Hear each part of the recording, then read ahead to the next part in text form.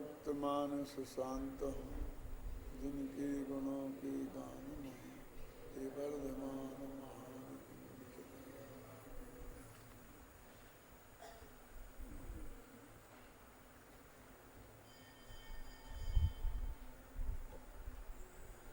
समय सारणशीलन प्रश्न नंबर 209। सबसे नीचे की दो पंक्तियां हैं, प्रश्न है। कल अपन ने जो जब से प्रकाशित टिप्पणी पढ़ी थी ना, उसके बाद का प्रकरण है। जब ज्ञानी के रागादि होते हैं, और रागादि भाव तो अज्ञान भाव ही हैं, तो फिर ज्ञानी के अज्ञानमय भाव क्यों नहीं होते? नहीं होते यह क्यों कहा जाता है ना? जो एक बात पकड़ ली है उस शिष्य ने कि आप बार बार कह रहे हो कि रागादि भाव ज्ञानमय भाव हैं कि अज्ञानमय भाव। एक ऐसा सीधा प्रश्न करें और वहाँ पर ये सारे प्रकरण से नहीं जोड़ें और आपसे पूछे रागादि भाव ज्ञानमय भाव है कि अज्ञानमय भाव, तो सभी यही कहेंगे कि अज्ञानमय भाव। तो ज्ञानादि रूप तो नहीं है ना वो। तो उसने ये पकड़ लिया कि ज्ञानी के जो राग होता है वो भी अज्ञानमय भाव है। तो फिर ज्ञानी के भाव सब ज्ञानमय होते हैं, अज्ञानमय नहीं होते हैं, ऐसा क्यों कहा जाता है? ये बात होगी। प्रश्न समझ में आया ना क्या है?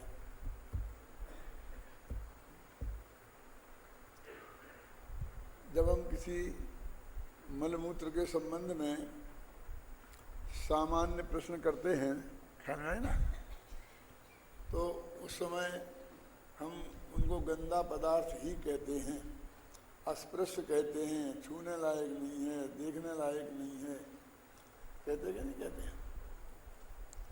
और फिर जब वात्सल्य अंग की अथवा स्थितिकरण अंग की इनकी चर्चा करते हैं, तो निर्मित चिकित्सा अंग की चर्चा करते हैं, तो उसमें कहते हैं मुनि मन मलिन तन देख न घिनावे। तो अब वो मुनि का तन मैला है, चाहे हमारा गृहस्थ का तन मैला हो, तो गृहस्थ के जो मैल है वो तो घृणा का पात्र है, और उससे तो हम सबको घृणा कराते हैं। अपने बच्चे होते हैं ना छोटे छोटे, तो वे तो बेचारे वीतरागी तो नहीं कह सकते, लेकिन अज्ञानी तो हैं ही। तो मलमूत्र में भी बिल्कुल वैसा ही व्यवहार करते हैं, उसको छू लेना, उसको कर लेना, ऐसा उनको कुछ भी उसके प्रति विवेक नहीं होता है ना। तो अपन उसको कहे कि छू छू छू छू ऐसा कर करके उससे घृणा पैदा कराते हैं। क्या कि वो मलमूत्र आदि का जो ऐसे गंदे पदार्थ हैं जो अपने शरीर से ही कहीं ना कहीं से निकले हैं, चाहे नाक से निकले हों, चाहे कहीं से निकले हों, तो उन पदार्थों के प्रति घृणा पैदा करते हैं, है ना। ये पदार्थ घृणा ने इनको स्पर्श नहीं करना चाहिए, दूर से रहना चाहिए। और यहाँ तक कि वो फिर इस पोजीशन में आ जाते हैं कि उन्हें उनको देखने से ही घृणा होने लगती है, तो वो देख भी नहीं सकते हैं, मुँह फेर लेते हैं उन गंदे पदार्थों को। वही क्या, हमारे माँ बाप ने भी हमें ट्रेनिंग दी थी, और इसलिए हमारी भी आज तक वही ही आदत है। अब ये होने के बाद भी फिर जब निर्मित चिकित्सा अंग की बात आई, तो उन्हें लिखना पड़ा ना छड़ाला में, मुनि मन तलन न देख न घिनावे, कि मुनि के मन को शरीर को गंदा देख के घिन नहीं करे। अब बीमार है, मुनिराज बीमार हैं, अब उनमें कुछ भी हो सकता है ना, जो अपने को हो सकता है वो सब उनको भी हो सकता है, तो उनका भी सेवा भाव करना ना। तो उसमें घृणा करे तो सेवा भाव नहीं कर सकता ना। इन माताओं बहनों बच्चियों को सबको भी वो घृणा भाव पैदा किया जाता है ना बचपन में, और बाद में फिर वो उनके बाल बच्चे होते हैं, और फिर वो वैसी घृणा करें तो उन्हें फिर वैसी ट्रेनिंग, ये तो बच्चे हैं, ये बच्चे का मलमूत्र थोड़ी है क्या, उसको तो साफ कर सकते हैं तो कैसे कैसे गले उतरे, क्योंकि जब ये कहा था तब तो ऐसा भेद विज्ञान नहीं कराया था, समझ गए ना। लेकिन बाद में फिर ऑटोमेटिक जब उसका स्वयं का बच्चा होता है तो वो अपने आप सब कम हो जाता है, और जब तक दूसरों के बच्चे होते हैं तो उसको ऐसा ही घृणा भाव बना रहता है। यदि वो मलमूत्र में लिपटा हो तो कोई उसको खिलाएगा नहीं, ये नहीं करेगा उसके माँ को बुला, वो साफ करेगी, फिर बाद में ठीक ठाक हो जाएगा तब मैं उसको लूँगा। क्यों? ये भाव नहीं आता है। तो मेरे कहने का मतलब एक कॉमन बात होती है और फिर एक विशिष्ट बात होती है। अब देखना, जो उनने अज्ञान भाव को कहा ना, रागादिक को, वो कॉमन बात थी हैं? और अब जब विशेष विशेष अलग अलग नयों से अलग अलग बात होती है तो वो पकड़ के बैठा है कि ज्ञानी के राग भाव भी तो राग भाव ही है ना। अज्ञानी के मलमूत्र जैसे गंदे होते हैं, ज्ञानी के वे गंदे नहीं होते होंगे क्या? ज्ञानी और अज्ञानी में कितना ही फर्क होगा, क्यों? लेकिन ज्ञानी और अज्ञानी के मलमूत्र में तो कोई फर्क नहीं है, अब मुनियों के भी मलमूत्र में तो कोई फर्क नहीं है ना, है? तो वहाँ उनको लिखना पड़ा कि नहीं नहीं, ये निर्विचिकित्सा अंग है, वो सम्मदर्शन का अंग है। अरे वे तो दौलत राम जी तो बेचारे पंडित थे, इसे बहुत संभल के उनने बात करी है, लेकिन अमृत चंद्राचार्य ने प्रशासित द्विपाय में क्या लिखा है मालूम है छंद याद? मोह राग द्वेष भावों में और द्रव्येषु पुरी सादिषु विचिकित सा नैव करे तब्या। क्या अर्थ है इसका? यहाँ पढ़ाई जाती है कि नहीं? अभी कोर्स वोर्स में नहीं है, उसका पर्टिकुलर पोर्शन तो रखना ही चाहिए, चाहे उसमें 25-50 गाथाएँ रखो, क्योंकि बाद में जो है गाथाएँ वो तो रत्नगढ़ साहब का आचार में, छेड़ाला में, सब एक सी ही हैं, लेकिन शुरू की गाथाएँ जो हैं, सम्मदर्शन की गाथाएँ जो खासकर हैं, उनको तो पढ़ाने से कोर्स में रखो कहीं ना कहीं ज़्यादा एडजस्ट करके। वहाँ है ना, तो वहाँ पढ़ाई जाती है, तो अपने आप ही उसको थोड़ा पढ़ाने का रखो तो जिससे कि उन बातों पर ध्यान जाए। नहीं तो ये अभी इनको भी वो अर्थ बताना पड़ेगा कि क्या है इसका अर्थ। द्रव्येषु पुरी सादिषु उनने तो अकेला इतना लिखा कि मुनि के शरीर को मलिन देख के घिन नहीं करे।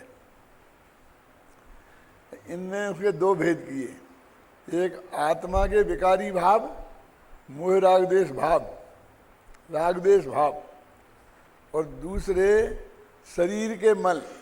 जो पुरी शब्द है ना, वो सीधा क्या बोलेंगे हम, मल क्या इसके लिए सुने ना, वो अर्थ होता है उसका, हैं? विष्टा समझ लीजिए। अब अपने राजस्थानी हिंदी में जो भी गू गू बोलते हैं जैसे, मैंने वो अर्थ होता है तो अपन को कहने में भी संकोच होता है। पुरीश शब्द का अर्थ वो होता है, और वो लिखते बुद्धिबेशु पुरी सादिशु, माने वो उसको आदि, तो सबसे ज्यादा गंदा पदार्थ उसी को मानते हैं ना, तो इसलिए उनका नाम का उल्लेख किया कि इनमें भी गिलानी नहीं करना चाहिए। उनने ऐसा भेद नहीं डाला कि मुनियों के, क्या दो बात विशेष है कि उनने एक भेद नहीं डाला कि ज्ञानियों के, कि अज्ञानियों के, मुनियों के, सबका एक कॉमन शब्द का प्रयोग किया। और दूसरी सबसे बड़ी बात यह है कि उनने मोह राग द्वेष के भावों को भी साथ में लिया कि उनसे भी गिलानी नहीं करना चाहिए। अब देखो, अपन तो अभी कहते हैं कि नहीं, क्रोध मान माया कसाएं हैं, बहुत गंदी हैं, है? और सम्यक दर्शन के निर्वित चिकित्सा अंग में, अब ख्याल में है ना, और एक मूल उनका जो छंद है श्लोक, उसमें ये लिखा हुआ है।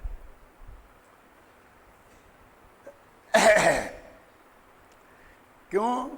वो तो एक कहते सीधे सच्चा कि गंदे का है गे, वो तो ज्ञान के गे है ना, बाकी किसे भी हमारा कोई लेना देना नहीं है, और उससे भी लेना देना नहीं है। जिस हलवा का वो बना है वो हलवा भी वैसा ही है, क्या हमको उसमें और हलवा में क्या फर्क है? दोनों पुद्गल द्रव्य के परिणमन हैं, और उन दोनों में हमारा कोई कर्तव्य तो नहीं है। हमारा कोई स्वामित्व नहीं है, हमारा कोई एकत्व मत नहीं है, और तुम्हारा वीतराग भाव रहना चाहिए। श्रद्धा के लेवल में क्यों फर्क डालते हो? श्रद्धा के लेवल में तो एक ही बात है, त्रिकाली भगवान आत्मा मैं हूँ, और बाकी वो बढ़िया अचपैरा घी का बना हुआ हलवा और वो पूरी सादिक पदार्थ सब पर हैं, बस खत्म। और पर पदार्थ ना हे हैं ना उपादेय हैं, वो तो सिर्फ गे हैं, सिर्फ जानने लायक हैं, बस खत्म। जैसे हैं जान लो, बस खत्म। लेकिन अभी ये जो विभिन्न अपेक्षाएं हैं, हमको तो अभी याद ही नहीं रहता है कि यहाँ ये कह रहे तो वहाँ क्या कहा, वहाँ क्या कहा, वहाँ क्या कहा। कम से कम 10-5 जो किताबें हैं जो अपनी मेन कोर्स में भी हैं, और हर विद्वान को जिनका ज्ञान होना चाहिए, उनका हमको तो इतना तो होना ही चाहिए ना। जब एक जगह कोई बात आए तो दूसरी जगह कहाँ कहाँ क्या क्या कहा है, और उसके संदर्भ में उन सारे कथनों को हम अपने दिमाग में इकट्ठा करें और फिर निष्कर्ष निकालें जो परस्पर विरोध हो, जे हो वो हो, और अंततो गत्वा एक ऐसा परिभाषा निकालें, अपने दिमाग में बनाएं कि जो सबको कवर कर ले। तब हमारा उसका स्वरूप हमारे दिमाग में स्पष्ट हुआ कि इन बाह्य पदार्थों के बारे में वो क्या कहते हैं। तो अभी ऐसा ही मामला इसमें हुआ कि जब राग देश की बात करते हैं ना, तो कॉमन बात करते हैं तो कॉमन मलमूत्र की बात होती है, फिर मुनियों का मलमूत्र, ऐसा भेद पड़ जाता है। अब फिर कहते ज्ञानी का राग और अज्ञानी का राग, तो वो कहते हैं कि इसमें क्या फर्क है, गृहस्थ का मलमूत्र और मुनियों के मलमूत्र में क्या फर्क है। वो तो हटाना ही लायक है, फेंकना ही लायक है। भले ही उनके तन पर लगा हो तो हम गिलानी नहीं करें, सफाई कर दें, लेकिन यदि वो तन से अलग पड़ा हो, जरा समझना, वही मलमूत्र मुनिराजों का जैसे यहाँ सड़क पर पड़ा हो, जंगल में तो जाते हैं, वो तो तुम्हारे लेटरिन बाथरूम में तो जाते नहीं हैं। अब बड़े बड़े लंबे लंबे शहर हो गए, तो आप क्या करते हैं कि मंदिरों में जो धर्मशालाएँ होती हैं उनकी छतों पर वो महाराजों का आप लेटरिन बना देते हैं, और वो थोड़ी रेत में डाल के ऐसे करके ला देते हैं। क्यों? और वहाँ पर वो ऐसी जगह होती है क्या वो, तो उसमें हम क्या फर्क, उसके बाद कोई फर्क करते हैं आप? उसके बाद उसके साथ तो बहुत अच्छा व्यवहार करते होंगे ना। अरे भाई, वो तो जब तक उनके शरीर पर है तब तक की ही बात है। और शरीर पर से भी उसे धोकर फेंकने की बात है, रखने की बात कहाँ है। अब धोकर फेंकने में जो तुम्हें गिलानी है, वो सिर्फ वो गिलानी नहीं करो, इतनी सी बात है।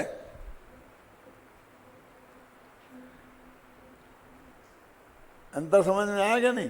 तो ये प्रश्न उसके दिमाग में उठा, तो कहा हमारी ये समझ में नहीं आता, ज्ञानियों का वो जो राग है उसका तो तुम उसको कर्ता नहीं कहते हो, और अज्ञानी में वही राग है तो उसको कर्ता कहते हो। ये प्रश्न है।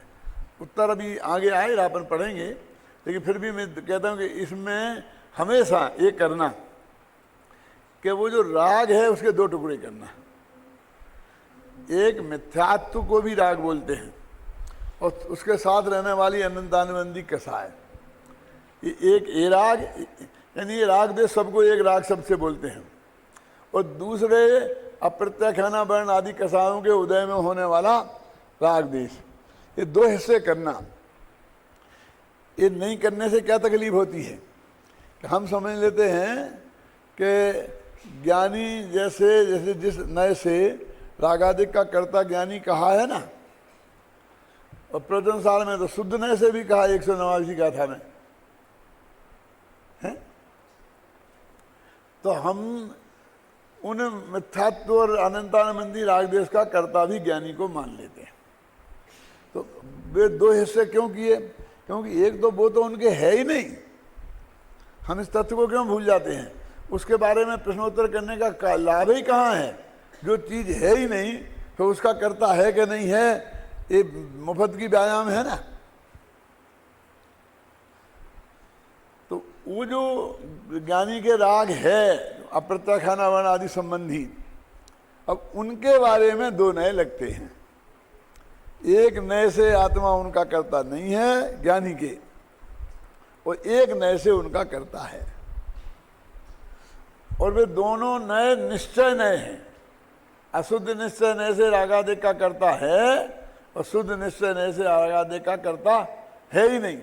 और परम शुद्ध निश्चय नए से रागादिक का अस्तित्व ही नहीं है। ये 3 आए।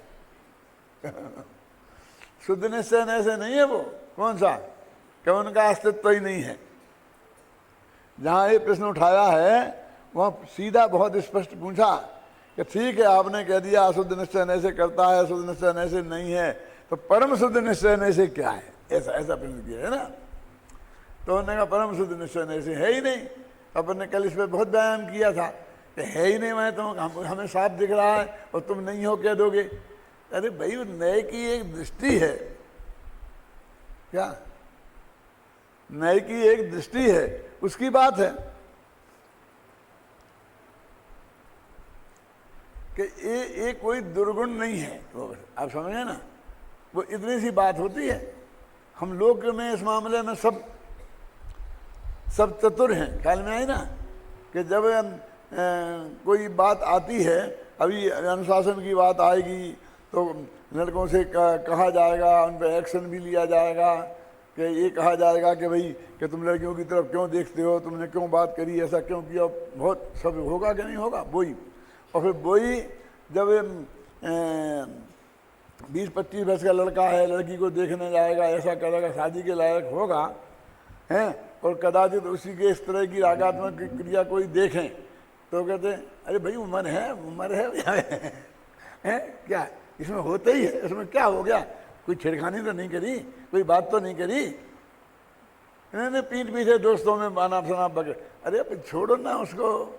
ये कोई ऐसी डिस्क्वालिटी नहीं है कि जिसकी वजह से हम उनसे कहें कि अब उनके घर में चर्चा ही नहीं करना कि लड़का तो दुष्चरित्र है। क्यों? यदि उसके अंदर में इस टाइप का बिल्कुल भाव ही नहीं हो तो फिर वो शादी के बिल्कुल ही अयोग्य है। क्या कुछ भाव, क्या अस्तित्व तो हम चाहते हैं, लेकिन अस्थान में और असमय में नहीं चाहते। क्यों? ये इतना ही है कि नहीं है? तो इसलिए कहते हैं कि वो अप्रत्यक्ष है ना, वर्णादि रागादि तो होंगे।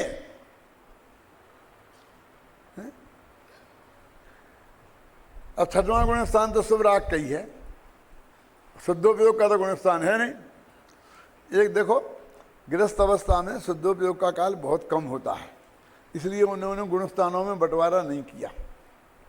उन्हें क्लियर कह दिया 5वें में और 4थे में शुभोपयोग भी होता है, शुद्धोपयोग भी होता है। ख्याल में है ना। लेकिन जब मुनि अवस्था आई तो गुण स्थान अलग अलग कर दिए। शुभोपयोग के काल का 6वां अलग गुण स्थान कर दिया, और शुद्धोपयोग के 7वें से ऊपर तक के सब गुण स्थान अलग कर दिए। आप कहेंगे 6वें में रंच मात्र भी शुद्धोपयोग नहीं है और 5वें में है, तो हमको बहुत अन्याय लगता है। अच्छा ऐसा करो, 6वें 7वें का मिलाकर एक गुण स्थान मान लो, तो फिर उसमें 2 ही हो जाएंगे। आपको क्या दिक्कत है? समझ में आया ना? तो गुण स्थान 13 रह जाएंगे। 13 रह जाएंगे, अपने माप का क्या बिगड़ता है? नहीं साहब लिखे तो 14 है, होते तो 14। अरे 14 नहीं, 1 से लेके अनंत तक होते हैं। वो तो एक मध्यम भेद 14 को पकड़ लिया है। वास्तव में ये भेद थोड़ी है, इनको हमारे बोलते हैं वर्गीकरण है। हमने परिणामों को 14 वर्गों में हमने बांटा है। जैसे हमने क्लासों को हमने 5 भागों में बांट दिया, उपाध्याय, कनिष्ठ, वरिष्ठ, Shastri, first year, second year, third year, अपने से 5 बांटा है। कोई ज्ञान थोड़ी बटा है। और हमें पहले 4 ही थे, 4 साल में बांट दिया था। अभी और लंबा कोई 6 साल में भी बांट देंगे। यूनिवर्सिटी के हाथ में है क्या नहीं है? कि नहीं साहब वे तो नहीं, वो तो होते ही हैं। ये तो कक्षाएं तो 5 ही होती हैं, शास्त्री के 3 ही वर्ष होते हैं।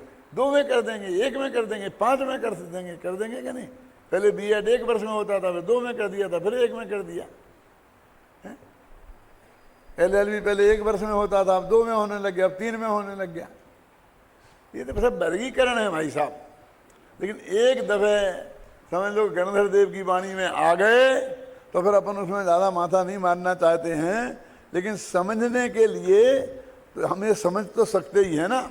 इसलिए ये प्रश्न है कि भैया तुम ज्ञानी के रागादिक भाव हैं, रागादिक भाव अज्ञान भाव हैं, तो फिर ज्ञानी यदि उनका करता है ज्ञान भाव तो रागादिक का, तो निश्चित रूप से फिर वो अज्ञान भावों का करता है। देखो शांति जी, आप ध्यान दो इस पर कि ये प्रश्न क्यों खड़ा हो रहा है। इसलिए हो रहा है कि जिस किसी नए से ज्ञानी को उन रागादिक का कर्ता कहा है, तो फिर ज्ञानी ज्ञान भाव का करता रहा कि अज्ञान भाव का भी हो गया। जिस नए से उनको रागादिक का भी कर्ता नहीं कहा है, उस नए में तो ये प्रश्न ही खड़ा नहीं होता। आगे आपके ख्याल में आ गई ना बात? तो आप सबको समझा देंगे जब क्लास में चलेगी। आपके में आ गई ना? यदि ज्ञानी को रागादिक का सर्वथा अकर्ता कहना होता तो फिर ज्ञानी के राग अज्ञानी के राग, ज्ञानी के राग ज्ञान भाव हैं और अज्ञानी के राग अज्ञान भाव हैं, ये करने की व्यायाम क्यों करनी पड़ती? किन्हीं अपेक्षा से ज्ञानी को उन रागादिक का कर्ता कहा है जो रागादिक उसके विद्यमान हैं। तो तब ये प्रश्न किया कि राग भाव, एक तरफ तुम ये कहते हो राग भाव तो अज्ञान भाव है और दूसरी तरफ ज्ञानी उनका करता है, तो अज्ञान भाव का करता हो गया। तो वो कहते हैं कि नहीं, ज्ञानी के राग भाव भी ज्ञानमय भाव है। तो गले उतरने वाली बात नहीं लगती ना। अब एक नए का स्वरूप है, जो आपका नयों का स्वरूप समझ में नहीं आएगा तो आप सोच सिर के हो जाना, ये आपके ये समस्या का समाधान आपको नहीं होगा। वो कहते हैं कि भैया ज्ञानी ने तो राग को अपने ज्ञान का गेय बनाया, समझिए ना। और वो कहता है मेरा काम तो ज्ञान करना है, तो मैं ज्ञान क्रिया का करता हूं। राग तो उस ज्ञान क्रिया का गेय के रूप में जानने में आया, तो वो मेरा कर्म काय को है। वो घड़ा तो कुमार ने बनाया है, मैं तो सिर्फ जाना ही है। अब मैंने घड़े को जाना है, तो कुमार को जो घड़ा बनाने का राग हुआ था तो उसका करता तो मैं नहीं हो जाऊंगा। तो इसमें और थोड़ी सी मैं नमक मिर्च लगाऊं कि तुम्हें जानने का राग हुआ ना, इसे आज अपन बोलते हैं जानने का विकल्प हुआ, वो भी राग है, क्या समझे ना। तो अब इसका क्या हुआ, इसके करता क्या है, हम इसके भी कहता है, हमने ये जान लिया कि हमको ऐसा विकल्प आया। समझ गया ना। जब इसका हम प्रैक्टिकल कभी बताएं आपको, तो आपको कभी कभी हंसी भी आ सकती है।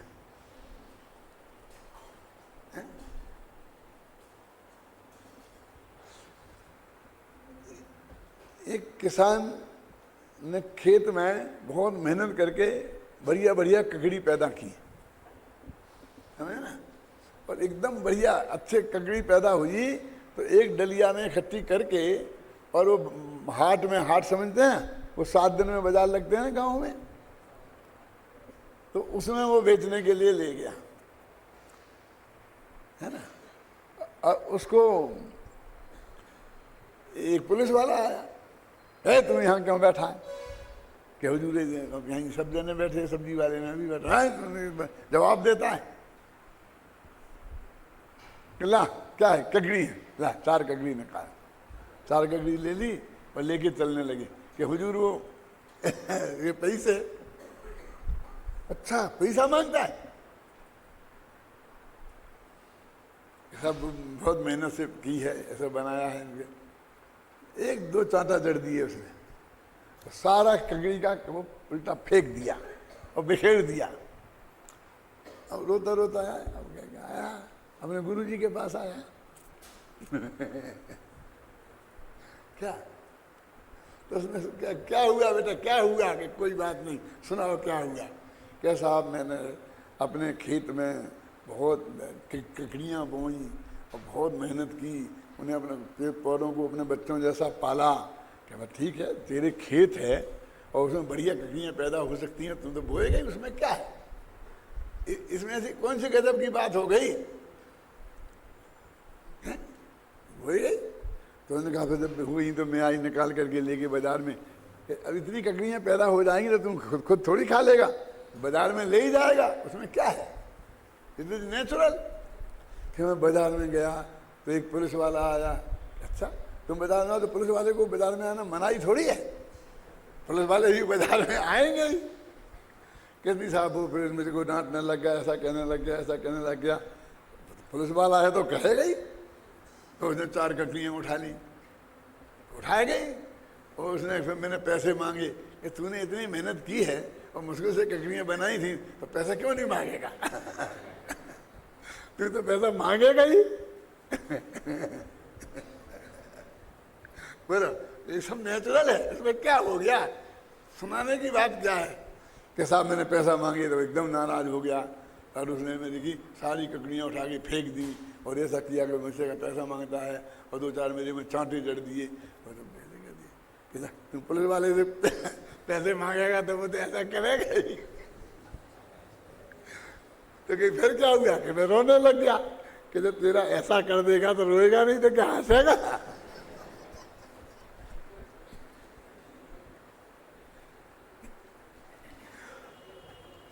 गुरुजी को कुछ असर ही नहीं पड़ता है।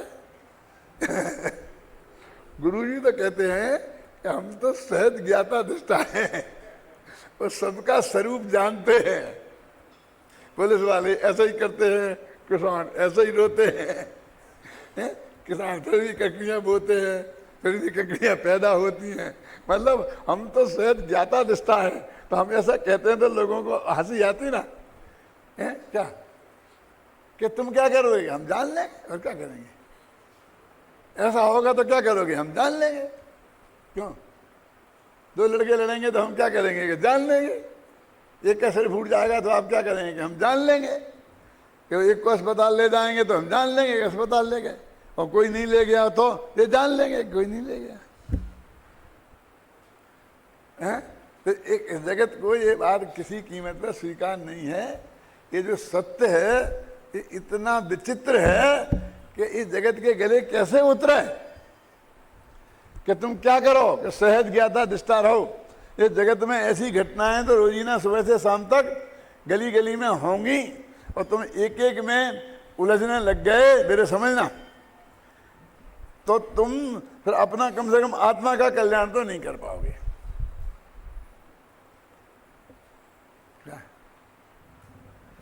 अब रेलवे में स्टेशन पे जाओ, फिर कुली से भिड़ जाओ, फिर रिक्शे वाले से भिड़ जाओ, फिर किसी यात्री से भिड़ जाओ। क्यों? तो कहीं ना कहीं बेटा अटक के ही रह जाओगे। जहां जाना है वहां नहीं पहुंचोगे। जहां जाना है तो कहीं मत उलझो।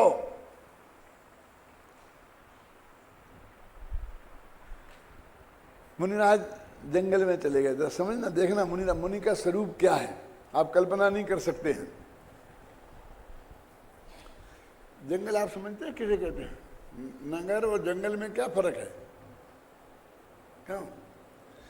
जहां 5 पाप छुपकर हों उसे नगर कहते हैं, और जहां 5 पाप खुले मैदान में हों उसे जंगल कहते हैं।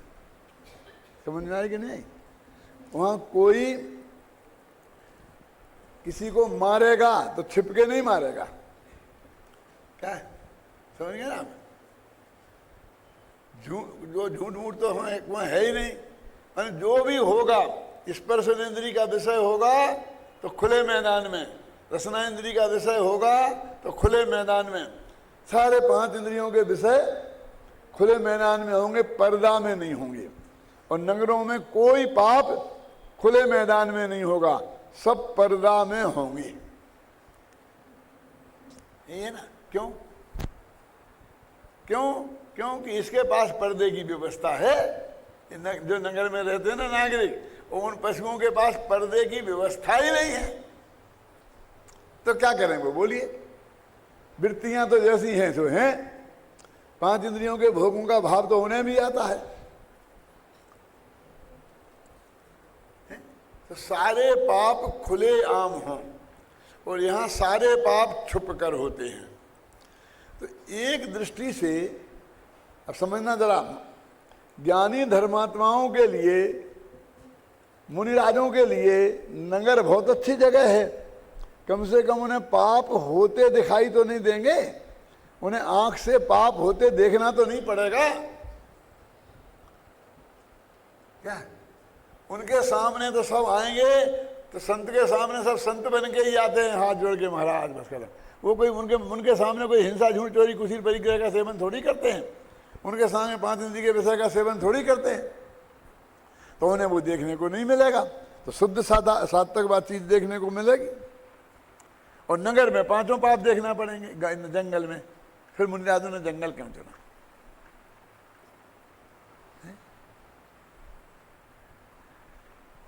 वहां एक दूसरे को मारेगा, जान से मारेगा, तो महाराज की ड्यूटी है कि बचाना क्या नहीं बचाना, बोलो।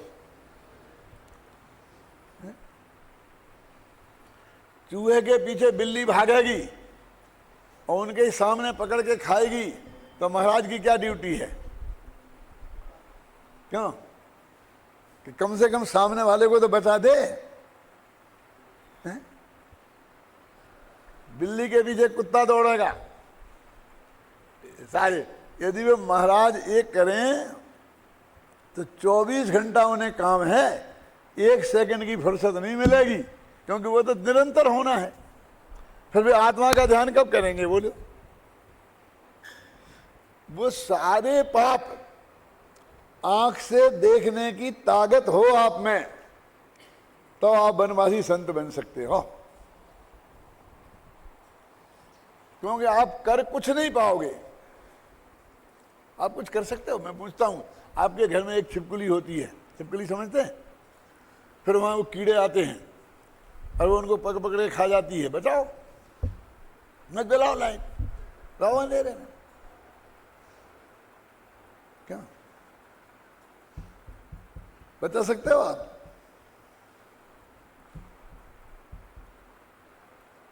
क्या उपाय है आपके पास? ये कहें कैसा पंडित निर्दयी बात करता है कि बचाए नहीं, तो बचाओ ना।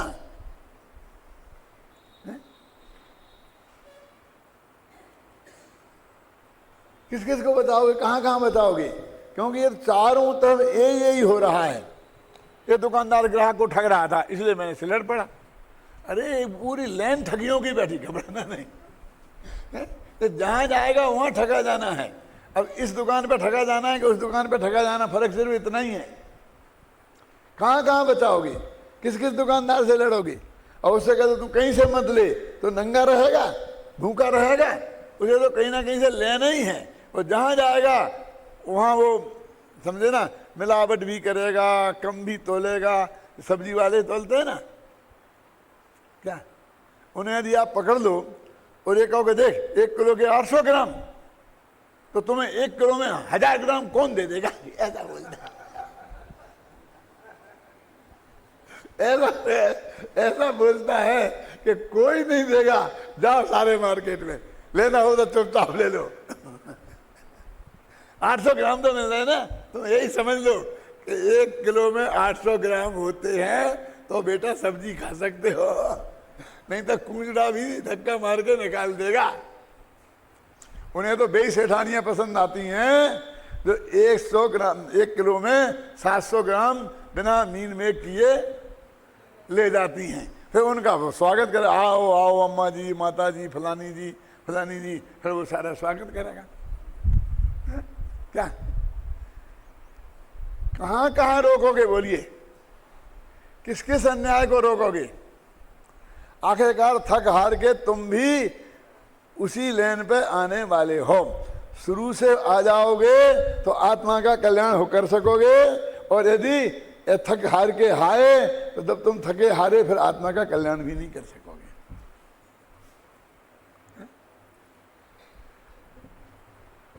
कहते नहीं तो जंगल राज है, यही आप बोलते हैं ना, जंगल का राज माने कि ताकतवर कमजोर को मारता ही है, खाता ही है, जो उसे करना है करता है, उसे जैसा भी उपयोग करना है वैसा उपयोग करता है, उसका नाम जिसकी लाठी उसकी भैंस, वो सिद्धांत। ये सारे नगर में भी वही चल रहा है। मैंने सत्य की खोज में लिखा है, समझौते समझ से नहीं होते हैं, शक्ति के आधार पर होते हैं, सत्य के आधार पर नहीं होते हैं। क्यों? आखिरकार इतने 60 वर्ष तक लड़ करके, और कितने कितने पेज हैं, 14,000 पेज, इतने इतने पेज के फैसला लिख करके आखिरकार शक्ति के हिसाब से ही फैसला आया कि हिंदुओं को 2/3, मुसलमानों को 1/3।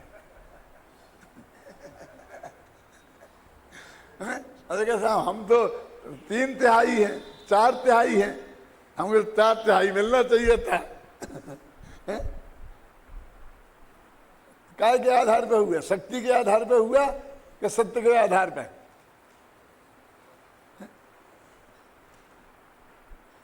सत्य किससे छिपा है कि जब तक बाबर इस देश में नहीं आया था तब पूरी अयोध्या में कोई मस्जिद नहीं थी, क्योंकि मुसलमानों का आना ही वहीं से शुरू हुआ है लगभग, समझ गए ना आप? और बाद में जितनी बनी वहां पहले कुछ ना कुछ रहा ही होगा, मंदिर मस्जिद, किसी का मकान, कुछ ना कुछ तो रहा होगा, नहीं तो किसी का खेत रहा होगा। क्यों? जो भी रहा होगा उसे डिस्टर्ब करके ही बनी होगी। नाम ही उसका नाम बाबरी मस्जिद, तो बाबर के पहले तो बनी नहीं है, तो बाबर के पहले तो किसी का था। किसको इसमें क्या को तुम्हारे लिए 18,000 पेज की जरूरत पड़ गई? पहले से और उसका नाम बाबरी था, आज तक नाम बाबरी चल रहा। कोई अपने मंदिर का नाम तो बाबरी रखता नहीं, इतना बाबरा तो कोई था नहीं।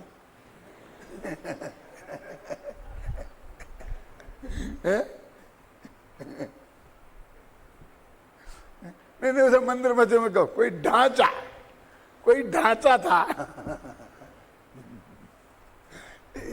क्या है, क्या ये मतलब मेरे जो सत्य है वो किसके सामने हाथ में रखे आंवले जैसा नहीं है,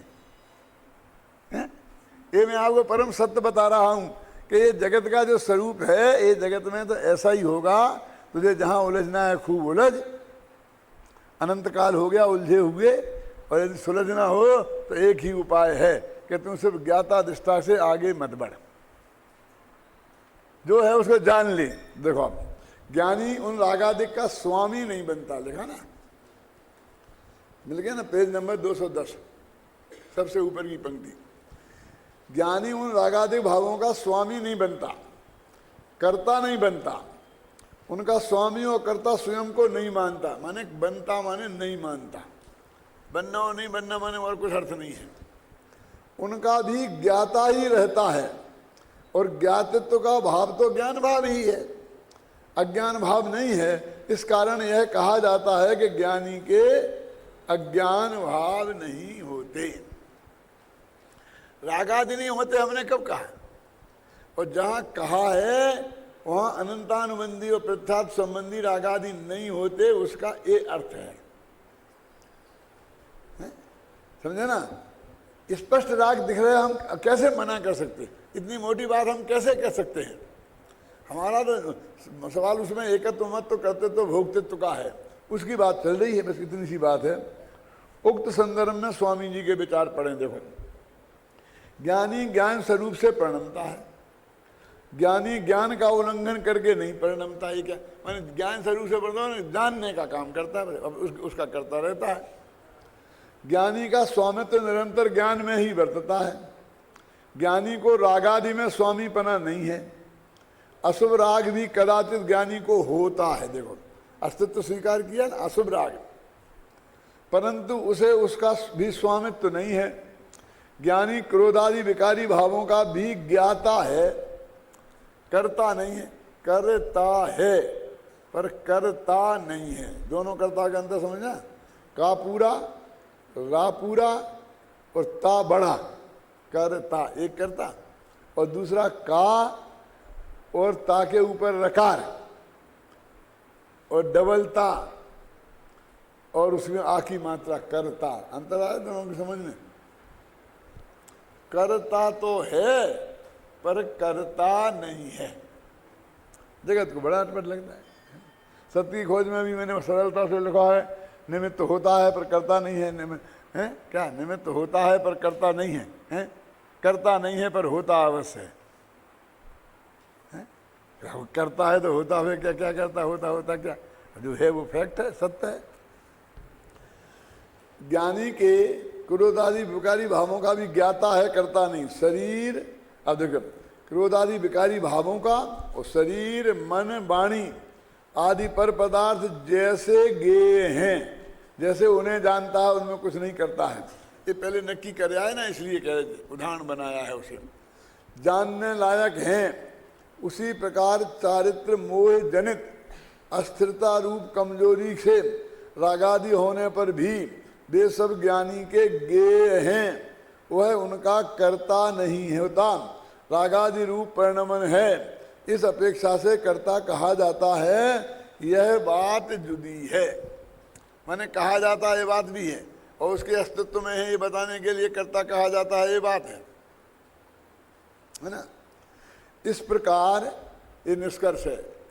इन गाथाओं में भी उदाहरण के माध्यम से यही सिद्ध किया गया है कि ज्ञानी के सभी भाव ज्ञानमय होते हैं और अज्ञानी के सभी भाव अज्ञानमय होते हैं। यानी ज्ञानी का गुस्सा भी ज्ञानमय है और अज्ञानी की भगवान की भक्ति भी अज्ञानमय है। अथवा ज्ञानी अपने अज्ञानमय भावों का कर्ता भोगता है और अज्ञानी अज्ञानमय भावों का कर्ता भोगता है। अब देखो, इसमें एक बात और आई थोड़ी कि ज्ञानी को बंध नहीं होता। अच्छा, कर्ता भोगता तो निपट लिया, होगा या नहीं होगा तो मान लो। ज्ञानी को बंध नहीं होता और अज्ञानी को बंध होता है। अब ये कहने वाले हैं, तो फिर कहते ये तो अन्याय नहीं चलेगा। अब नहीं मानना हो तो अलग बात है। अब तुम तो पुरस्कार दे रहे,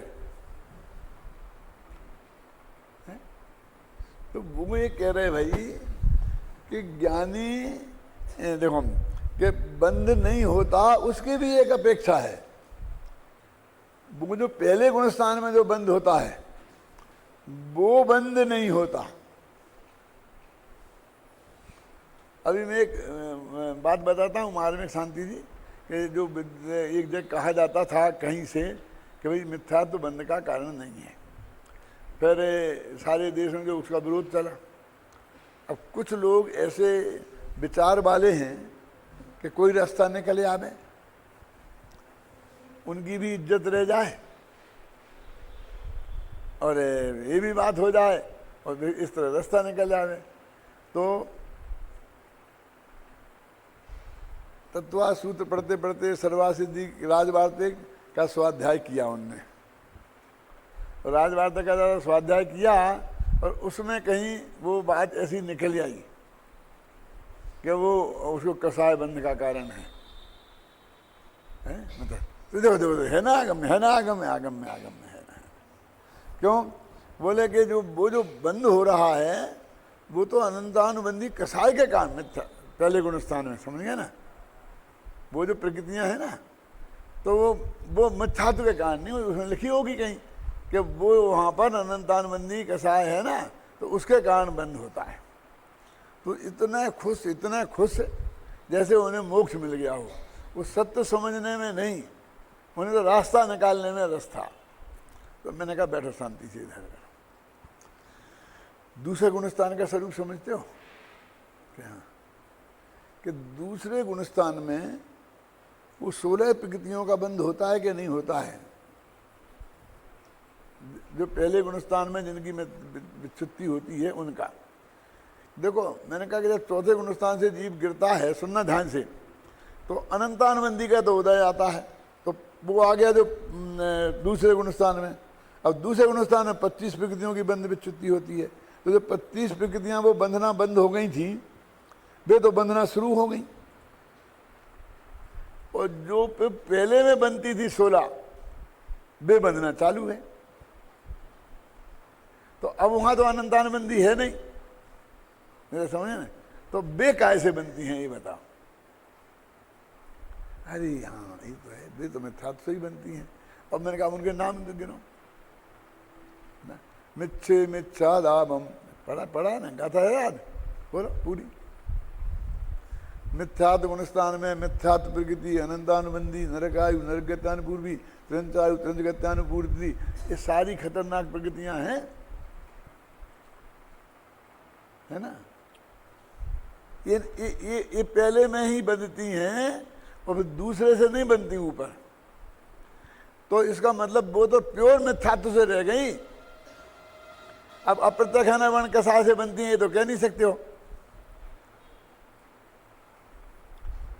मैंने कहा भाग्य से अनंतानुबंधी का और मिथ्यात्व का वियोग सिर्फ दूसरे गुणस्थान में होता है, नहीं तो दोनों का एक साथ ही उदय रहता है।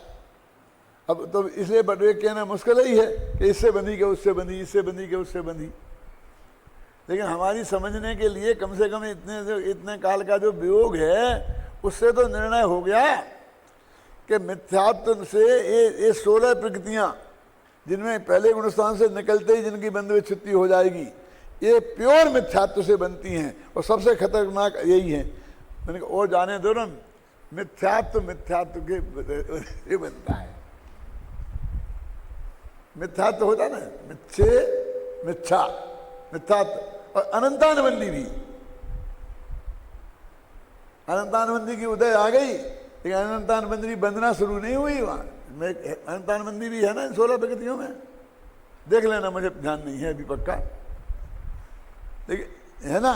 तो अब ये तो उससे ही बंधी ना भाई साहब। अभी आप इतनी बड़ी चीज को, और जबकि इन 16 प्रकृतियों को लगाओ तो बाकी की सारी प्रकृतियां पासंग में नहीं आती, दूसरी तरफ उनकी 0 कीमत है। ख्याल में आई ना। तो ये इतना क्लियर है, लेकिन आपको रास्ता क्यों निकालना है? आपको रास्ता निकालना है, रास्ता समझना है। क्यों? आपको मोक्ष में जाना है तो मोक्ष मार्ग आपको जानना है कि उसमें कोई रास्ता निकालना है। क्यों? अज्ञान का और ज्ञान के मिश्रण का है? आपका इतना बुद्धि ये रास्ता निकालने में लगी, पूरा राजवार्तिक पढ़ा आपने यहां से वहां तक। मैंने कहा हम तो बचपन में पढ़ा था जितना पढ़ा होगा, 2-4 अध्याय, शायद उस दिन से आज तक पढ़ा ही नहीं है। और तुमने गजब किया, यदि आत्मा के कल्याण के लिए कर लिया होता तो गजब हो जाता। और इसमें से ये निकाला, और जो निकाला वो 1 सेकंड में साफ हो गया। क्या? इसलिए नहीं कि तुम्हारी समझ स्थूल है और हमारी बारीक है, वस्तु के स्वरूप में वो बात नहीं है। क्या करोगे? वो जबरदस्ती आप थोपने की कोशिश करोगे। नहीं, वो तो सिर्फ इसलिए सिद्धांत निकला, उन्हें इतिहास बताया, फलाने ने ऐसा हुआ था, फलाने ने ऐसा हुआ था, उनने ऐसा कहा था। वो तो उनने नहीं निकाला था, वो तो सुत सागर जी ने निकाला था। सुत सागर जी को हम तुमसे ज्यादा जानते हैं, किसी ने निकाला हो, लेकिन इनने उछाला तो है ना, अपने माथे पर तो खुल दिया। अब आज जब उसकी वजह से डंडे पड़ने लग गए तो सुत सागर याद आए। नहीं, जिंदगी में किसी को पता ही नहीं चलता कि सुत सागर ने निकाला कि कौन से सागर ने निकाला है? क्यों? नहीं, इस सब सागरों की एक चिंता थी कि कांजी स्वामी अपने को सम्यक दृष्टि कहते हैं और मिथ्यात्व से बंध का कारण कहते हैं, और मिथ्यात्व गया तो बंध होता नहीं, इसलिए इतने पूज रहे हैं। यदि ये मिथ्यात्व बंध का कारण सिद्ध ही नहीं हो तो फिर सम्मा दर्शन मोक्ष का कारण सिद्ध नहीं होगा। तो सम्मा दृष्टि होने से क्या होता है? संयम हो तो होगा। तो इनकी जो इतनी मान्यता बढ़ रही है उसको जमीन पे लाया जा सकता है। सिर्फ इसकी वजह से इतनी रिसर्च हुई। अब उद्देश्य ही खोटा हो, क्यों? तो रिसर्च में क्या निकलने वाला है? क्योंकि निकालना तुम्हें, वो तो तुमने पहले ही नक्की कर लिया कि हमें क्या निकालना है, हैं? अरे भाई, मिथ्यात्व को बंध का कारण नहीं कह करके तुमने इनडायरेक्ट वे में सम्यक दर्शन को मुक्ति के कारण में से निकाल दिया। सम्मत है ज्ञान चारित्राणी मोक्ष मार्गा, जो हमारे शास्त्रों में कहा है। और ये कह दिया कि इसके बिना मोक्ष महल में पहली सीढ़ी, वो सारी चीजें तुमने एक साथ खत्म करने की कोशिश करी है, सिर्फ इसलिए कि एक आदमी को महत्व क्यों मिल गया। यदि ये कांजी स्वामी का एक युग में पैदा नहीं हुए होते अथवा उन्हें उनकी इतना महत्व नहीं मिला होता तो आप लोग कोई इस विषय में बात ही नहीं करता, कोई ऐसी रिसर्च ही नहीं करता। इसलिए असली बात तो ये समझो जो हम तुम्हें बता रहे हैं कि उसका कारण क्या है। अब उसमें लीपापोती करने की कोई ज़रूरत नहीं है। और रास्ता निकाल के आप फिर भी लोगों को सुरक्षित करते हो किसी भी अपेक्षा मिथ्यात्व बंध का कारण नहीं है। आप सिद्ध करना चाहते हैं, इसमें भी अनेकांत लगाना चाहते हैं, कोई भी अपेक्षा ऐसी हो सकती है। ये तो सर्वथा बंध का ही कारण है, मुक्ति का कारण रंच मात्र नहीं है। क्योंकि बंध का कारण सिद्ध नहीं होगा तो वो गारंटी से फिर मुक्ति का कारण होगा।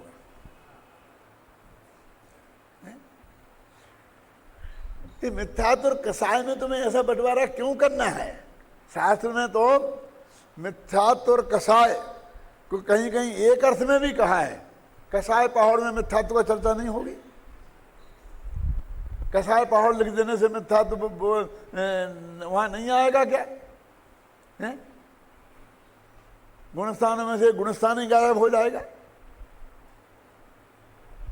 देखो समय हो गया शायद।